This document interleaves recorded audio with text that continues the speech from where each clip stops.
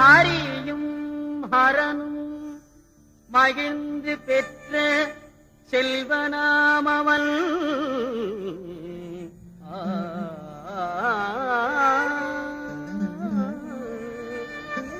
ஆதி பராசக்தி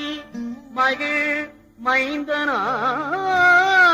மைந்தனாமவன் இணையிலாத தெய்வம் அவன் இன்பமளிப்பவன் ஈடில்லாத